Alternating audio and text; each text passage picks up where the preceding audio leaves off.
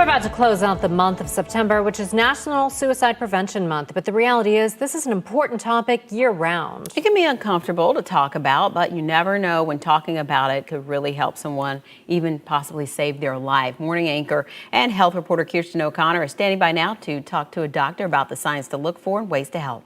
Ask a Doctor is sponsored by Conviva Primary Care for Seniors.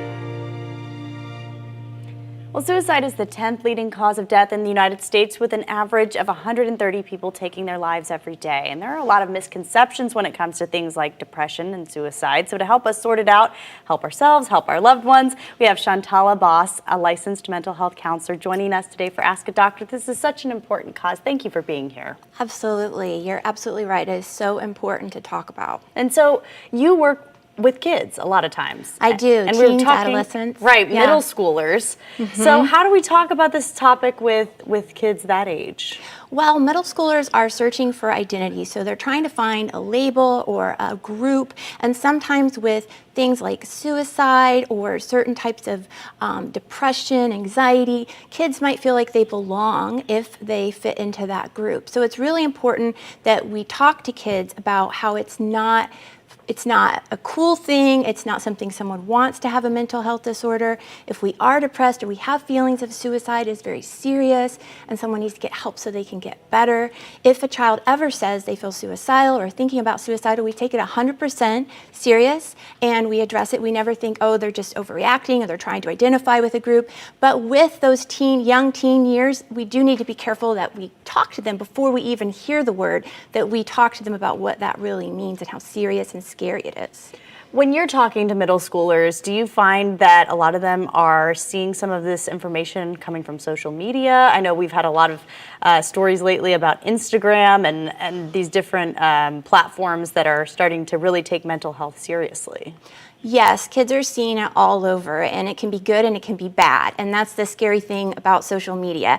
Maybe not a licensed person is behind that, or someone is doing a TikTok video and talking about being suicidal. So these things can trigger kids, and they can make kids feel like maybe I identify with that, or maybe I'm that way. So it's really important that we monitor and we kind of have an idea of what our kids are seeing, and we keep an open conversation about it, because they are seeing so many things. Also in the school they're talking about this, which is great, but make sure we follow up and have conversations as well with them.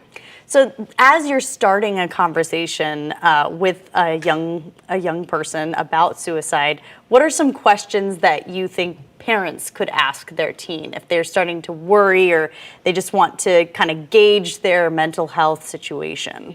While asking them what they know about suicide, unfortunately, a lot of kids, especially kids in high school, have had a firsthand experience knowing someone who's committed suicide. Maybe they weren't best friends, but that person didn't come back to school and grief counselors came on campus. And, sometimes I don't think kids understand the gravity of how much it affects them. They think, oh, that kid was in a different period. I never saw that kid.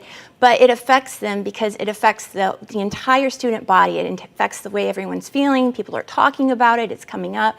So just asking them what they know, what experiences that they've had, because I think sometimes kids belittle those things because they think they didn't know that person, and just keeping those conversations ongoing. And open, right? Very open. Letting them know that the door is open if they ever have some sort of concern, they can come to you. That's got to be the hardest part, I think, about parenting, is letting your kids know that you are there as a resource. Yes, it's so hard, and there's no shame in that. I think parents sometimes feel, guilt or shame in themselves, like, what was I doing wrong?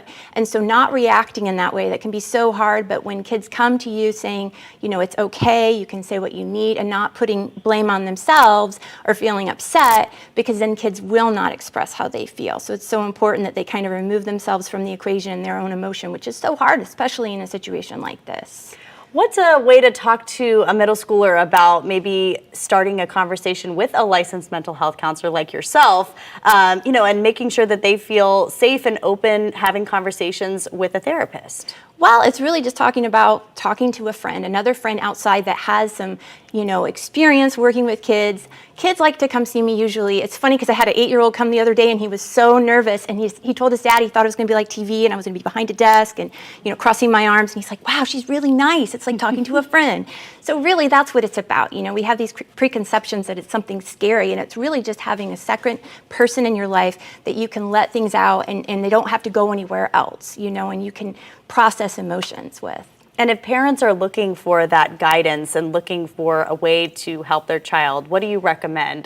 Going and looking for specific licensed mental health counselors in the area, or maybe looking at online tools? Well, Psychology Today is a great resource, and licensed mental health counselors do provide the counseling and therapy, so that's a really good place to start. All right. Thank you, Shantala. Thanks So for nice having to me. see you in person. You too. I'll send it back to the ladies at the desk.